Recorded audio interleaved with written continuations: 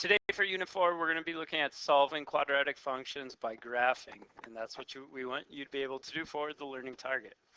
On this first picture you have on your thing, a quadratic equation is always going to be in this form where A, B, and C are going to be numbers that tell you some stuff about the graph. There's three different things that can happen. One is that you get what's called one solution. And a solution is where your graph crosses the x-axis. Okay, so here we have one place where that happens. So we have one solution. Those are often also called roots, or sometimes they're also called zero, since it's where it's zero on the x-axis. Most often what you're going to get is two solutions. Okay, so two real solutions, because that parabola crosses the x-axis at two locations. The third thing that can happen is that you get no real solutions, meaning our parabola never crosses the x-axis here. That doesn't cross at all. So then we say there is no solutions on that one. All right, so let's graph out a parabola here and see where those zeros or solutions are going to be. A lot of the stuff we can use from the previous lesson. Here are A, B, and C. A is going to be 1 since there's a 1 in front of there. B is 6. C is 8. Okay, we know our y-intercept is always C, so there's a y-intercept here at 8, which is right about here on that graph. Okay.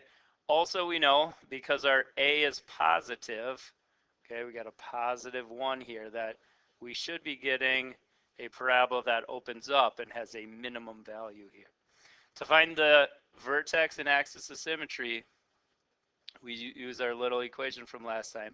X equals opposite of B over 2A. Okay, so let's do that and see what we get here. We get opposite of B, which is 6.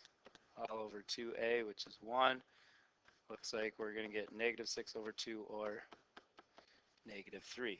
That means our axis of symmetry is at negative 3. We're going to have an imaginary line right here where it's going to be symmetrical about that line. And we also know our vertex is at negative 3 something. To find the other part of that, you want to plug it in to our function there and see what we get. All right, so let's plug in, see what we get here when we substitute that in. So if we substitute in negative 3 and for all those x's, what's that going to be?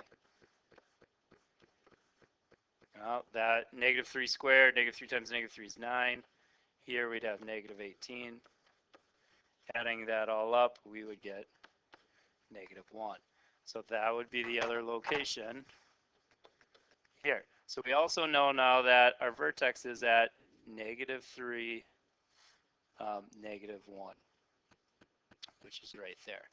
Okay, so and your line should always, or your point should always be on that axis of symmetry, your vertex. So we know from symmetry there should be another point. If we have our point right here, there should be another point 3 spaces away on the other side. There should be a point there. And we know this is going to be U-shaped. Now, we want to find the zeros. Where is it going to cross our x-axis right here? Now, we could kind of guess at where it is, but this is where you'd want to probably use a table to make sure you're being a little more specific here.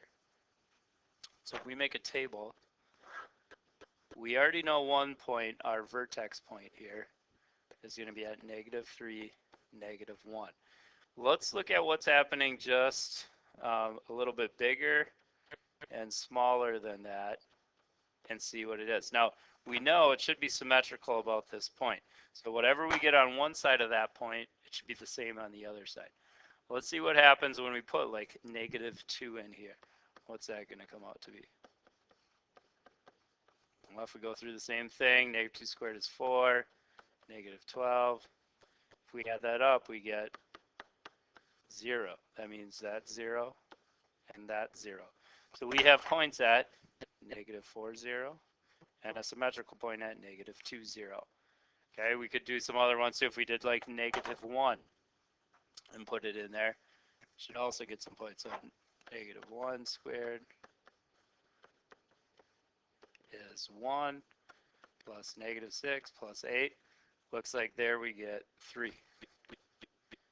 So the other one should be 3 because it's always symmetrical.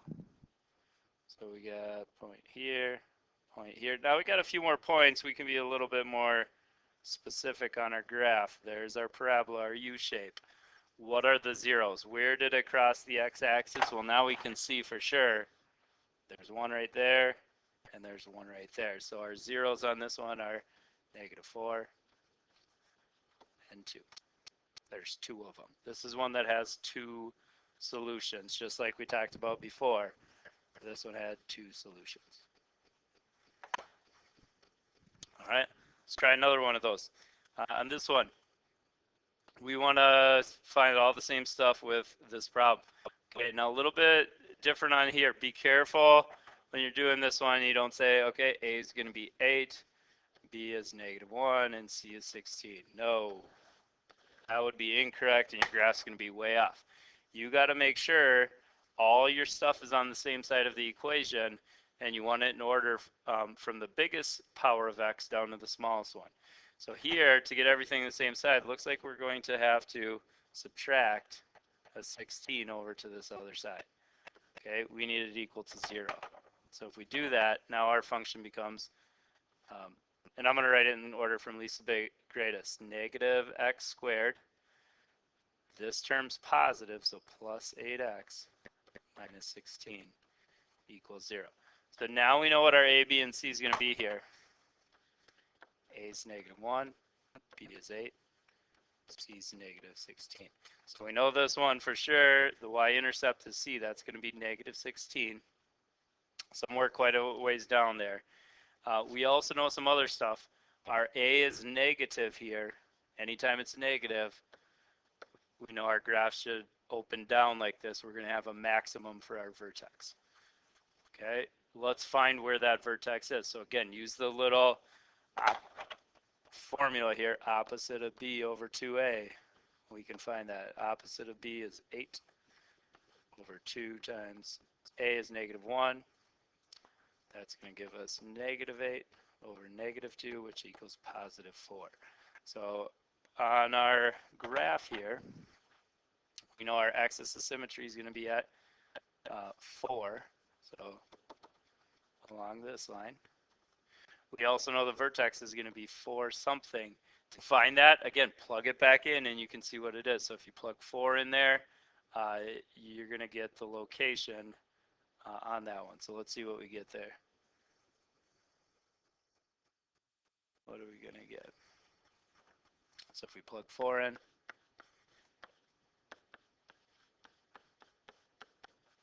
uh, 4 squared is 16. Now here, only 4 is being squared. The negative's outside of that. So that's going to be negative 16 plus 32 minus 16. Looks like that's going to equal 0. So 4, 0 is the vertex, which is right there. Okay. Now we can't find a symmetrical point to that because it is right on the axis of symmetry. We need some more points. We don't have any other points right now. Our y-intercept, we could get on there if we made our graph bigger, but that's quite a ways down there. So again, this would be where you'd want to maybe make a table to get some other points here. So if we make a table, we know our vertex should be in the middle. Okay, it's going to be symmetrical about this. Pick some points bigger than that, pick some points smaller, knowing that when we do it, we're going to get the same thing on both sides. So what do we get when we plug like 3 in there? What do we get when we plug 5 in there, and so on? You can do that by hand. One other way you can do this is to use your calculator if you have a graphing calculator. So if you type in your function, here it's negative x squared plus 8x minus 16. You can go to your table by hitting second graph. If you have a TI Inspire, hit Control T and your table pops up. Then just scroll up and down till you get it where you want here. This is kind of the same table we got there now. It's easy to see the values and write them in. 3 is at -1, so 5 is at -1. If we go back, 1 is at 2 is at -4. That means 6 is at -4. And now we got a couple other values, and it's going to be easier to see where some of these points are to graph them out. Now we can be a little bit more accurate and see what our parabola is doing here. Looks like it goes something like that. All right, last thing, what's the zeros? Where does this one cross the x-axis? Looks like this one hits the x-axis at only one point there, right at 4. This is an example of one that only has one solution or one zero because the parabola only hits at one location. Okay, why don't, for this one on the back of your note sheet, you pause the video, try it out, see if you can graph it, and then we'll answer this question right here together. All right, let's see what you got. On this one, your y-intercept should have been -1. Your vertex you should have found at 2, 3, again by doing the same thing we did before. Our axis of symmetry is at 2. Okay, if you make a table for this one, you can see some of that too. So if we were to put this equation in there, similar to how we did on the last one.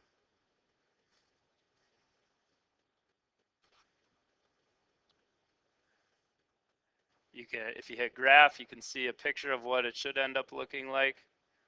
If you go to the table, here's the table that we can use with some of the values. Again, knowing that 2, 3 is our vertex here, you can pick some above and below and fill them in. So you should have gotten kind of these points here. Let's graph it out now.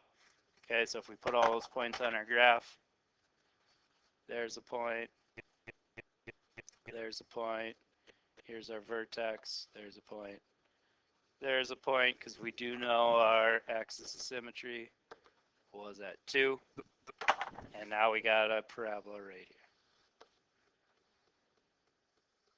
Okay, now the next question though is where's the zeros? On the other problems we were able to look at it and tell. We didn't find any, or there is 2 zeros here. Okay, there is 2 places where it crosses the x-axis, right there and right there, but it's harder to tell from the graph on this one because it's crossing in between. There's going to be one somewhere between 0 and 1, and there's another one over here somewhere between 3 and 4. But we want to be able to tell where are those, where are those located on there. The nice thing is your calculator can help you do that. So if you go on your calculator, above the trace button, it says calculate. If you go to that calculate menu, there is an option right here. Number 2 says zeros. So we're going to select that. And then what we're going to do is there's this little blinking cursor that you can move up and down by pressing your left and right keys. The calculator asks, pick a point to the left, question mark. We want to pick any point to the left of where it goes through the x-axis. So right now it's to the left, I'm going to hit enter. Okay, now we want to scroll using the right key to a point just above there, anywhere above is going to work, and then hit enter again. Then your calculator says guess, yeah, guess, and you want to hit enter, and it will tell you where that location is. Looks like the solutions on this one is about 0.26. So that's the location right here, is at about 0.26 is one of them. They want us to find what's the other one now. So again, you can do the same thing. If you go on your calculator, go to that calculate menu, select number 2, the zeros, and then you can select on here the same thing between where and where is it going to be located on there. So on the graph here, okay, here's another picture of it. You can see again it's between 3 and 4. So another option you could do when you select the 0 thing would be to select between 3 and 4, and you can find that. So we'll select calculate. Okay, select 0. And then since we already know here that the other points between 3 and 4, another option you could do is pick, okay, left. We know it's between 3, so enter 3. The other right number is 4 because it's between 3 and 4. And then hit enter to guess, and it'll give you that one. So it looks like the other one's at about 3.73. Okay, so those would be approximately where the other two zeros are. So there is a way that your calculator can help you find those as well. All right, a couple word problems here using that same stuff we've been doing here. Number 4 says, in 1999, Adrian Nicholas broke the world record for the longest human flight. He flew 10 miles from a drop point in 4 minutes and 55 seconds using an aerodynamic suit. Using the information from the diagram and ignoring air resistance, how long would he have been in free fall had he not used this specially designed suit? This formula shown where t is in seconds and the initial height is in h of o. Okay, so ho, that's the initial height. What was the initial height? Well, let's go over to the picture here. Looks like he jumped from 35,000 feet. So we want to put 35,000 in place of this to get our equation. So now our equation for height, or our function for height, becomes negative 16t squared, the negative 16 being due to gravity plus 35,000. Okay, so what we want to figure out here now is how long he's in the air. The problem is he doesn't open his parachute on the ground because he'd have some trouble there. So instead of using 3,500 here, we actually have to figure out how long he's going to be in the air. So we don't want this 500 to be on here, or we want that to be the kind of the end point. So to figure this one out, we need to put the ending height in as well. The ending height we would need to put there. So 500 would go there. To solve this, we need this equation equal to 0. So always when you're solving these, we want it equal to 0. Let's get the number to the other side then. So we want to subtract 500 so that our equation is equal to 0. So doing that, now our equation looks like this. All right, so the goal now is to figure out how long is this going to be in the air? Well, our goal is to solve this. How would we solve it? We want to solve for t. Okay, so to solve for t, we want everything away from that t. All right, so to do that, we can subtract this number to the other side, or if we want to keep it positive here, we could add 16t squared to the other side. There's nothing wrong with doing that as long as you do it to both sides.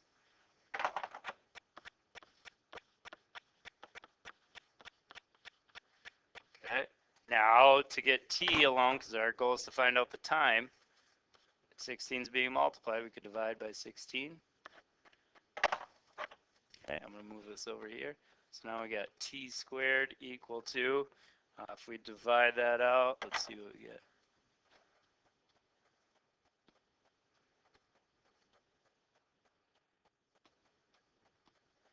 Looks like it's about 2156.25. Okay, last thing now we need to do, we need to get rid of that power. Now we haven't done this in a while. You did a bunch last year in geometry. If you want to undo a power, and we'll talk about this more next try, we know the opposite of power is to square root. So now if we square root both sides, we should be able to find the answer. So if we take the square root of that number, you'll get about 46.4 seconds. So had he not had the suit, it would have taken him 46.4 seconds to drop this much. The suit kept him in the air for 4 minutes and 55 seconds. So that suit used a lot of air resistance to keep him in the air almost 4 minutes longer than it should have taken. All right, number 5, kind of a similar problem. It says the highest bridge in the U.S. is the Royal Gorge Bridge in Colorado. The deck is 1,053 feet above the river. Suppose a marble's dropped over the railing, a height of 3 feet above the bridge deck. How long will it take the marble to reach the surface of the water, assuming, again, no air resistance? Okay, so we want to set this problem up again here. This might be a good one to draw a picture. So we got this bridge. Okay, someone is standing on it. Okay, gonna drop a marble. They tell us the height of this. The height of the bridge is 1,053. They say the height above the bridge where they're dropping the marble is 3 feet. Okay, what is going to be the time here? Well, okay, we know the total height now is going to be from where the marble is down to the water down here. Looks like it's 153 and another 3, so if we add that together,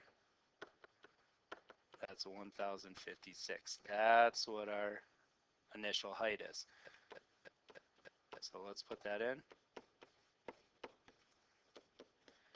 Okay, they want to know how long until it hits the water. Okay, the water down here, that height is 0 feet. It's right on the ground, or right at the water level.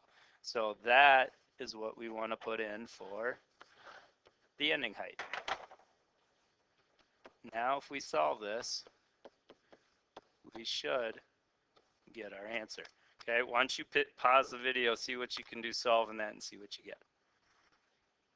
All right, let's check it out. A couple ways you could do it. Again, we could add 16t squared just to do something different. Let's minus it this time. It'll end up being the same thing no matter what. Because now we're going to divide by negative 16. Two negatives, when we divide it, it's going to make it positive. You get 66 when you do that. And that's equal to t squared. And then to undo this, we know we need to square it. And so when we do that, that'll just be t. Square root of 66 is about 8.1 seconds. So it's going to take about 8.1 seconds for that marble to hit the water. All right, try some of these out now on your own.